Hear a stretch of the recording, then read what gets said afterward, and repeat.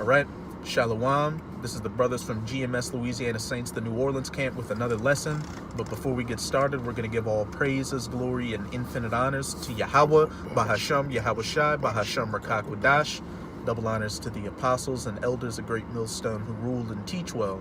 In peace and salutations to you, sincere Akim out there, pushing this word in truth and sincerity to the four corners of the globe. May you brothers endure until the end.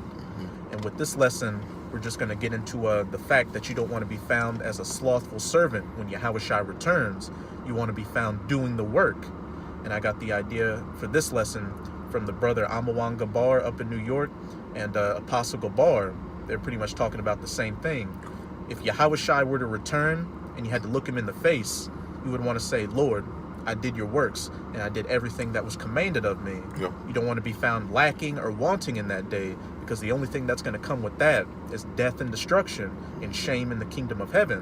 And we're just going to get into some of these parables showing that those that were diligent and did the work received a reward, and those that didn't do the work were cast aside. That's right. This is Matthew 25:1. It said, Then shall the kingdom of heaven be likened unto 10 virgins, which took their lamps and went forth to meet the bridegroom. And that bridegroom is Yahushua. Hey, we're being those chaste virgins that want to go to the wedding being the marriage of the elect with Yahushua and being in the kingdom of heaven, ruling as that first fruits. That's right. It says, And 5 of them were wise and 5 were foolish. Hey, the wise servants and the foolish servants, those slothful servants.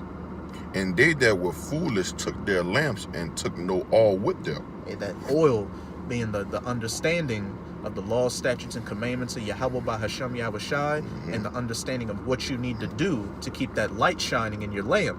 Hey, doing the works, going out onto the highways and byways preaching, putting up video epistles like this, praying, fasting, showing charity to the brothers, you name it. Keeping that faith. Keeping that faith. Keeping that light. That's right. That's right. But the wise took oil in their vessel with their lamps. Hey, constantly prepared. A daily edification, daily exhortation, knowing that at any moment Yahushua could return. So you prepared yourself accordingly so you wouldn't be found wanting in that day. That's right. It says, while the bridegroom tarried, they all slumbered and slept. And it says, though it tarry, wait for it. For it shall surely come, it That's will right. not tarry. That's right. Hey, I will stand upon my watch. Yeah. And wait to see what he will say to me and what I shall answer. Because if you're not there, and people come and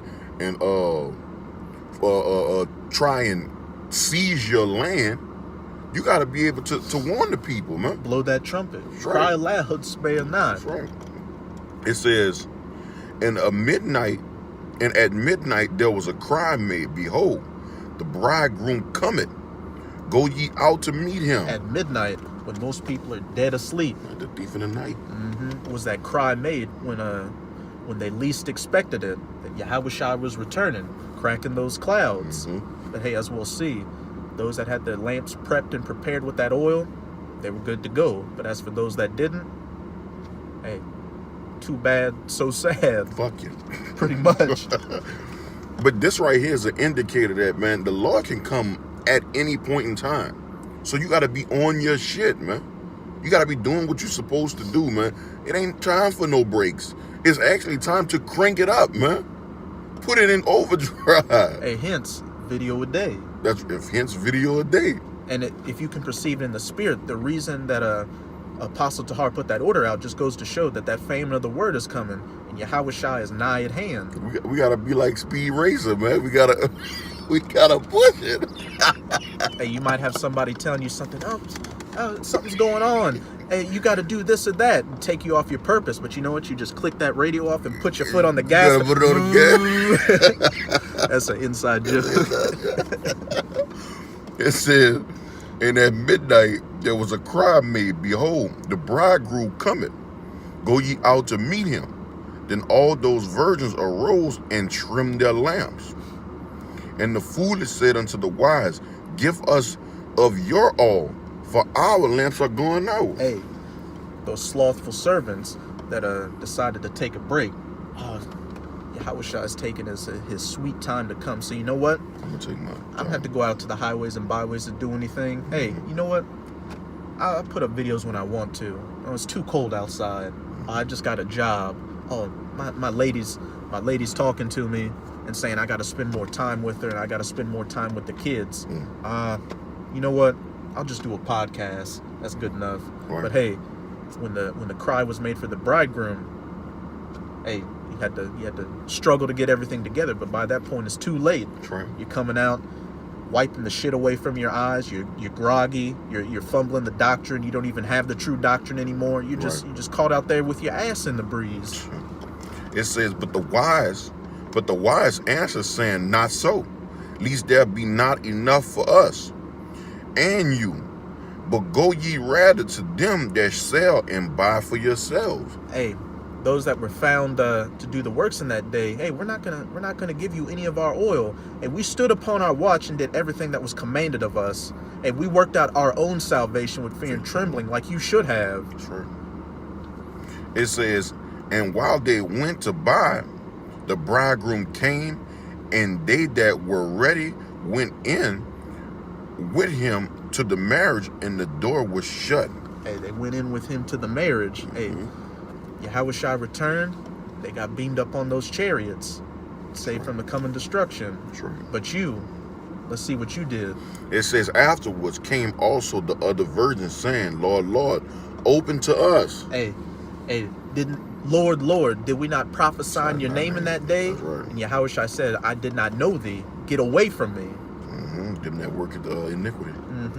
And he said, and he answered and said, verily, I say unto you, I know you not. Point blank, period. Yahushua came and found you wanting in that day. Again, like we said at the beginning of the video, if Yahushua were to return and you had to look him dead in the eyes, what would be your account? Right. What, Lord, I did everything you told me to do. So you have that confidence in you. You went boldly to the throne. But if you were fucking off all this time, and Yahushua knows your mind and it knows you've been fucking off, what can you do? If you lie to him, he knows you're lying. But if you tell the truth, you'll show that you had dead, useless, worthless works. Waste of space. True. It says, watch therefore, for ye know neither the day nor the hour wherein the Son of Man cometh. Point blank, period. That's right. Yahushua is going to return as a thief in the night. And with that being the case, you should constantly be standing on your watch, doing everything you need to do to make that calling and election sure, having your shit wired tight, so to speak. It says, for the kingdom of heaven is... we're done with that. All right.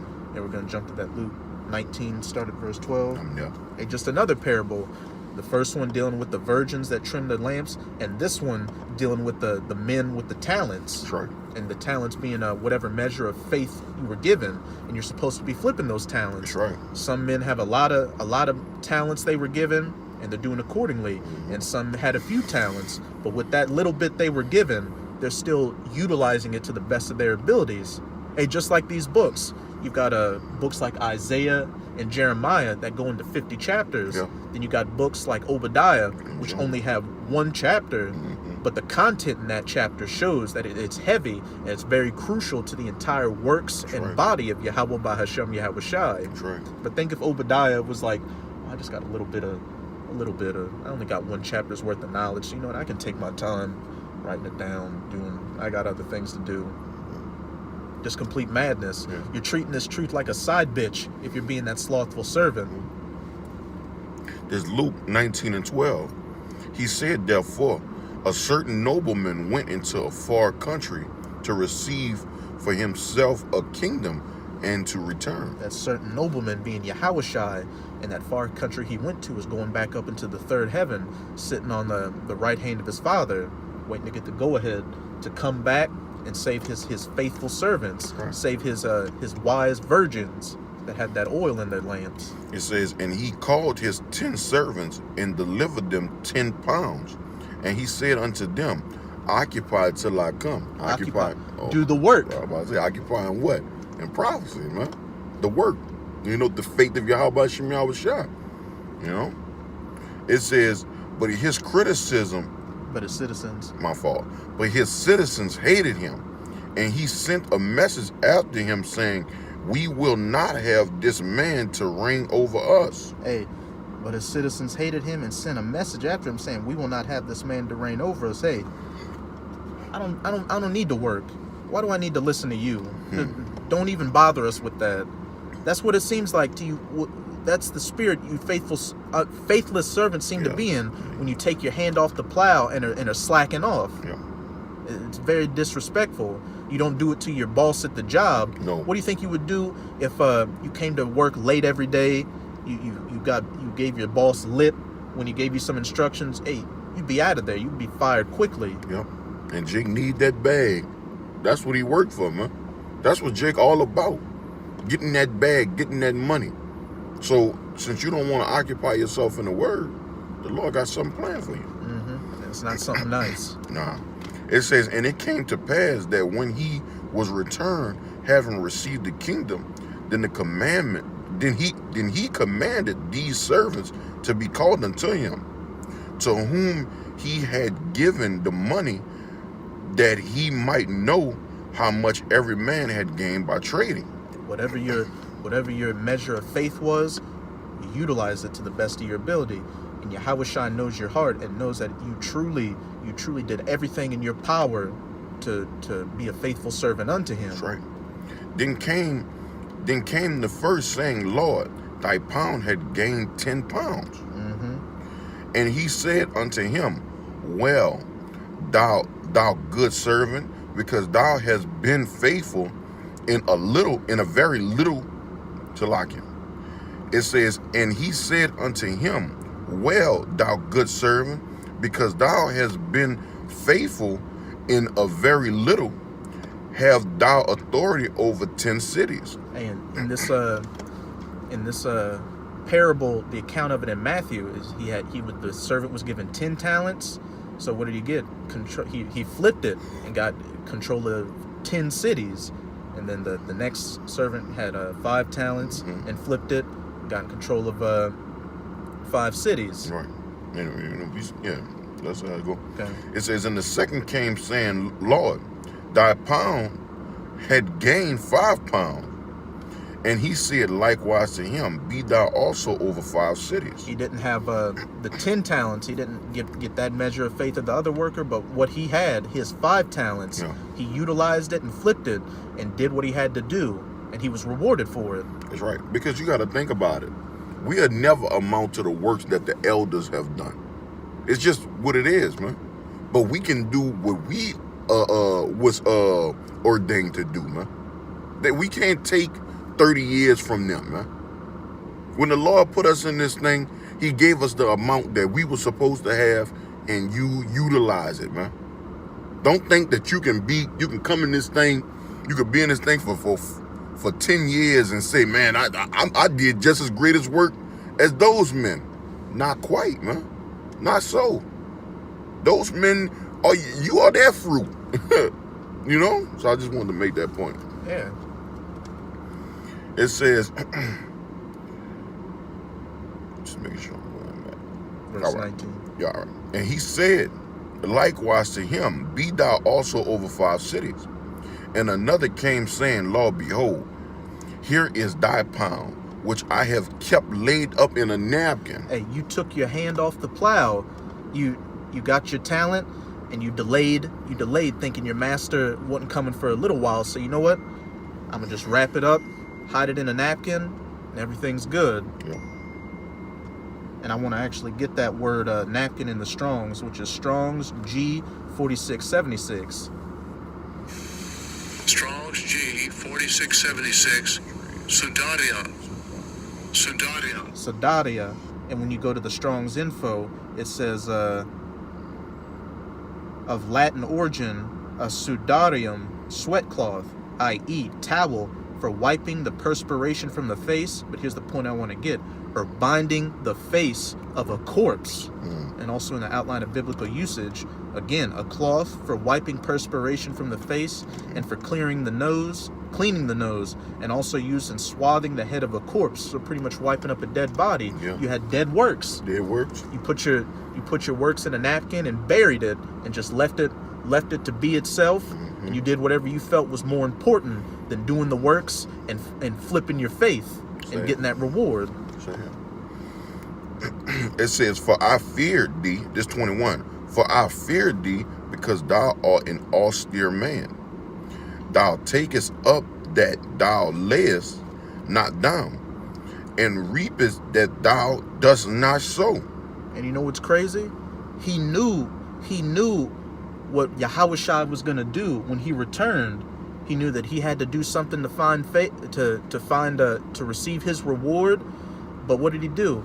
He still didn't utilize that talent. He didn't. He buried it and took his hand off the plow, knowing what the results would be. Sure. So how's that going to look? How's that going to look to Yahushua? You knew what you needed to do, and you know what would be done to you if you didn't do your job, right. But you still fucked off anyway. It's ridiculous, man. It says, and he said unto him, out of thine own mouth will I judge thee, thou wicked servant. Thou knowest that I was an austere man. Take it up that I laid not down, and reap it that I did not sow. Wherefore then gavest not thou my money into the bank, that at my coming I might have required my own with usury. You just didn't do anything. You just sat on it. Mm-hmm. You ain't store up them treasures in heaven, man. No. It says, and he said unto them that stood by, take from him the pound and give it to him that had 10 pounds. Mm-hmm. And they said unto him, Lord, he had 10 pounds. For I say unto you, that unto every one I'm gonna read it again. Luke 19:26. For I say unto you, that unto everyone which has shall be given. That unto everyone which hath shall be given. Right. And from him that had not, even that he had shall be taken away from him. So point blank period.